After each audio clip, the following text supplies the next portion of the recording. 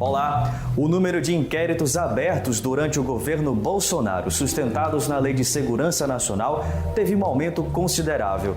Em 2020 foram 51 processos, 25 a mais do que em 2019. Grande parte dessas ações é movida contra opositores do presidente. Na entrevista central de hoje, o advogado Péricles Martins explica como a Lei de Segurança Nacional tem sido usada como instrumento de perseguição política. Na reportagem, uma análise sobre o que estará em pauta no STF neste 14 de abril, quando a Corte pode retomar o julgamento do recurso que é contra a anulação das condenações do presidente Lula. Continue aqui com a gente. Eu sou Afonso Bezerra e o Central do Brasil está no ar. Central do Brasil. E está em andamento durante todo o mês de abril o 17º acampamento Terra Livre. Pelo segundo ano consecutivo, a atividade organizada pela APIB, a Articulação dos Povos Indígenas do Brasil, acontece de forma virtual. A militante Alana Mantineri nos traz mais detalhes da programação. Embarque imediato. Oi, eu sou Alana Mantineri, sou comunicadora indígena da Coordenação das Organizações Indígenas da Amazônia Brasileira e falo com vocês diretamente do estado do Acre. Estou aqui para apresentar o tema do Acampamento Terra Livre 2021. O tema é Nossa Luta Ainda pela Vida. Não é apenas um vírus. A programação completa do Acampamento Terra Livre você encontra no site apiboficial.org/ATL 2021. A primeira semana é Nosso Direito de Existir. A segunda semana é Nossas Vidas Importam. A terceira semana é a Semana Emergência Indígena. E a quarta semana, que é a última semana da nossa programação, é Decidimos Não Morrer. Acompanhe toda a programação e no dia 22/4 nós teremos o chamado da Mãe Terra. Agora vamos falar de STF. A Corte deve julgar neste 14 de abril o futuro dos processos contra o ex-presidente Lula. É que será julgado o recurso que contesta a anulação das condenações de Lula nos processos da Lava Jato. Nayata Wani traz mais detalhes. Nacional. O Superior Tribunal Federal julgará no próximo dia 14 o recurso contra a anulação das condenações de Lula na Lava Jato. Neste processo será analisado o habeas corpus, no qual a segunda turma declarou parcialidade de Sérgio Moro, e assim a anulação das 4 ações penais contra o ex-presidente. Tânia Oliveira, da Associação Brasileira de Juristas pela Democracia, explica os possíveis cenários deste julgamento. Que, confirmada na íntegra essa decisão, anula também a decisão de suspeição na segunda turma, o que obviamente é absolutamente antirregimental e ilegal. Por outro lado, se o plenário rejeita na íntegra a decisão, ocorre um efeito diferente, na verdade. Se rejeita, significa que os processos estão todos válidos. A decisão do ministro Edson Fachin no habeas corpus tem como consequência declarar a incompetência da 13ª Vara Federal de Curitiba. Pela decisão do ministro, os processos devem ser analisados pela Justiça Federal do Distrito Federal, que deve recomeçar as ações penais. Tânia aponta a decisão correta para o julgamento. A única decisão correta, juridicamente correta, é a confirmação de que a 13ª Vara Federal é de fato incompetente para tratar, julgar os processos referentes ao ex-presidente Lula e que o juiz Sérgio Moro é de fato um juiz suspeito, como já foi decidido na segunda turma. Um possível cenário é a prorrogação do julgamento, caso algum ministro solicite vista do processo. Assim como o ex-presidente, outros militantes e ativistas políticos no Brasil têm sido alvo de injustiças e arbitrariedades. Em 2 anos de governo Bolsonaro, houve um crescimento perigoso no número de inquéritos abertos contra opositores do presidente, usando como base jurídica a Lei de Segurança Nacional. O advogado Péricles Martins é o convidado da entrevista central de hoje e analisa como a lei tem sido usada politicamente. A entrevista é de Jonatas Campos. Entrevista Central. Conosco o advogado Péricles Martins. Ele é membro da Comissão de Direitos Humanos da OAB do Ceará e também membro da Rede Nacional de Advogados Populares. Vai nos conceder uma entrevista agora. Muito obrigado, doutor, pela sua presença. Por nada, eu que agradeço o convite e sempre à disposição. Nos últimos meses, tem se intensificado as prisões e perseguições de militantes sociais, a exemplo do militante de comunicação Rodrigo Pilha, que está preso lá em Brasília. Qual a sua opinião, enquanto membro da Comissão de Direitos Humanos, sobre esse tipo de atitude do Estado? Acho que a Lei de Segurança Nacional ela tem sido resgatada pelo aparato de repressão do Estado ou por aqueles que tentam, de algum modo, impedir o direito de manifestação. E acho que a prisão do Rodrigo Pilha ela é um pouco dessa expressão, né, de um avanço do autoritarismo que se utiliza de um regramento dito legal para enquadramento de militante social, né? Acho que exemplo concreto desse processo é o movimento dos trabalhadores rurais sem terra, que acho que há muito tempo já vem sendo enquadrado como um agrupamento terrorista, né? E sempre sendo resgatada a Lei de Segurança Nacional para enquadrar os processos de ocupações do movimento. Então, não começou hoje, né? Algo que já vem se intensificando. Aí é um calcanhar de Aquiles, né? Ora se resgata, ora deixa adormecido, mas sempre ali como soldado reserva para o aparelho repressivo fazer uso e executá-la quando bem entender e da forma que quer. Fazendo uma linha temporal sobre o uso da Lei de Segurança Nacional, em quais governos, desde a redemocratização até hoje, em quais governos ela tem sido mais utilizada? Ela é uma lei que, ali dentro de um processo de transição gradual, né, aquela lance de transição gradual e meio que pacífica, como forma da ditadura militar ter o controle do processo de redemocratização. Ela, em tese, ela garante uma proteção do Estado democrático, mas no fundo ela vem como um aparato ideológico para a perseguição.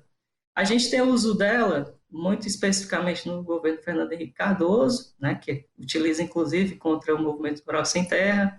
Ela foi resgatada ali durante as manifestações de junho de 2013, naquele cenário de intensa manifestação popular, que aí a gente começa com análise e termina com uma outra análise, quando a gente para fazer o filtro do que foi as manifestações de 2013, e ela meio que obedece à conjuntura, né? Pelo que, assim, quando a gente vai fazer uma análise concreta em que momento ela foi usada, quando um processo de conjuntura se acirra na luta política, quando o processo de desigualdade social vai se acentuando, em que os movimentos, as pessoas passam a manifestar e a expressar indignação com o governo ou com a figura do governante, ela é solicitada, ela é utilizada para poder frear esse avanço de reivindicação social e dos movimentos populares.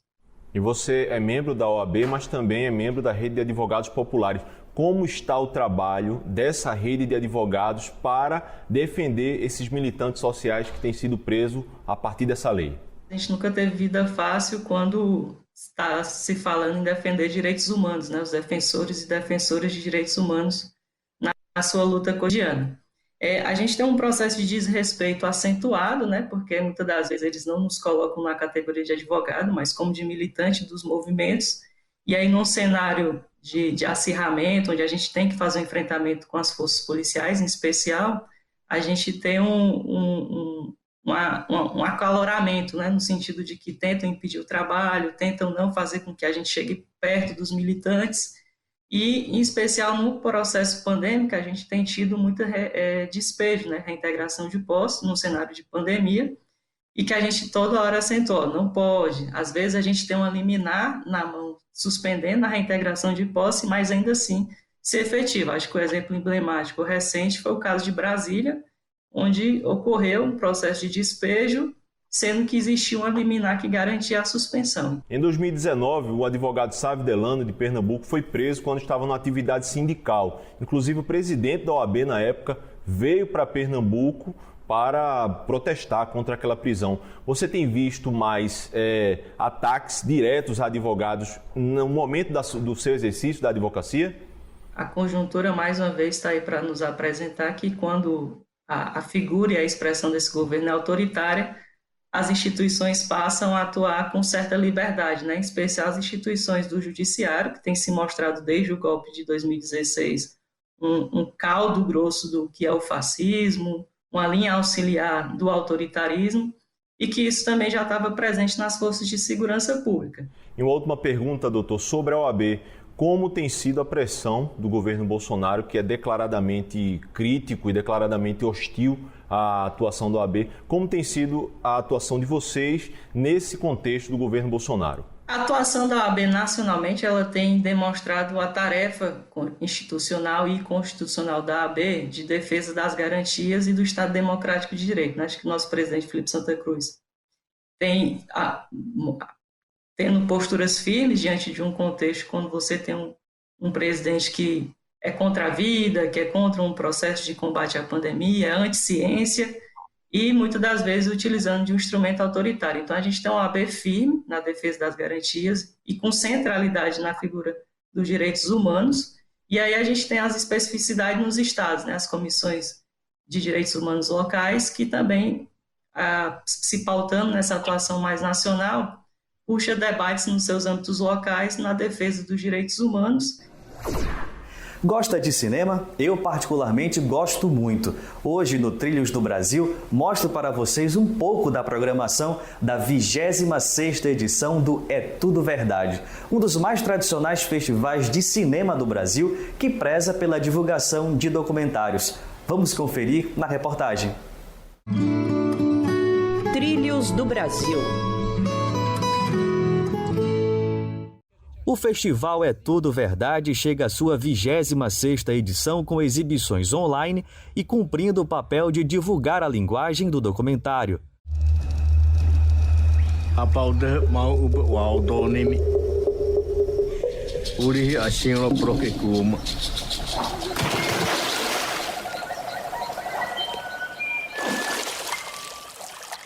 Uma das obras em cartaz, o filme A Última Floresta tenta mostrar as tensões históricas vividas pelo grupo Yanomami, no norte do Brasil. O documentário foca nas experiências de 2020, ano marcado por invasões de garimpeiros e do coronavírus, e as batalhas para preservar território, língua, costumes e o meio ambiente. Luiz Bolognese, diretor do filme e roteirista ao lado de Davi Copenaua, xamã Yanomami, descreve o foco da obra. A nossa ideia era filmar tudo isso, mostrar o modo de vida, né, de como pensa, qual é o ponto de vista, de que maneira age e vive o dia a dia, um segmento que acaba representando muito bem o que são esses mais de 200 povos diferentes que nós temos no Brasil. O festival reúne este ano 69 títulos de 23 países, sempre com olhar crítico e contundente sobre a realidade. Uma curadoria que abriga a história de resistência, como a do Teatro Oficina, contada no filme A Máquina do Desejo, de Joaquim Castro e Lucas Veguinski. A obra mergulha no acervo da companhia e revela a contribuição estética do grupo para a história do teatro brasileiro ao longo de 60 anos. Uma atuação em nome da reflexão e da arte, como conta Joaquim Castro. Desde os anos 50, a Oficina tem uma luta enorme para trazer o Brasil à tona, né? Então, nas primeiras peças que o teatro montou, Pequenos Burgueses, inúmeras outras, a ideia do Zé Celso e da companhia sempre foi trazer o Brasil que existe ali.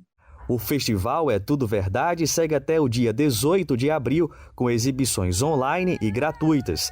O filme A Última Floresta, de Luiz Bolognese, encerra a programação no dia 18, às 7 da noite.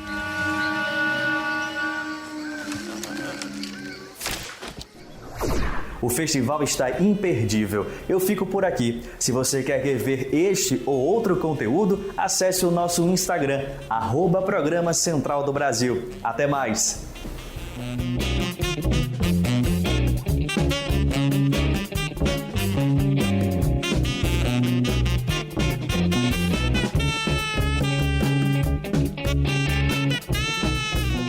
Central do Brasil, a rede de comunicação dos movimentos populares.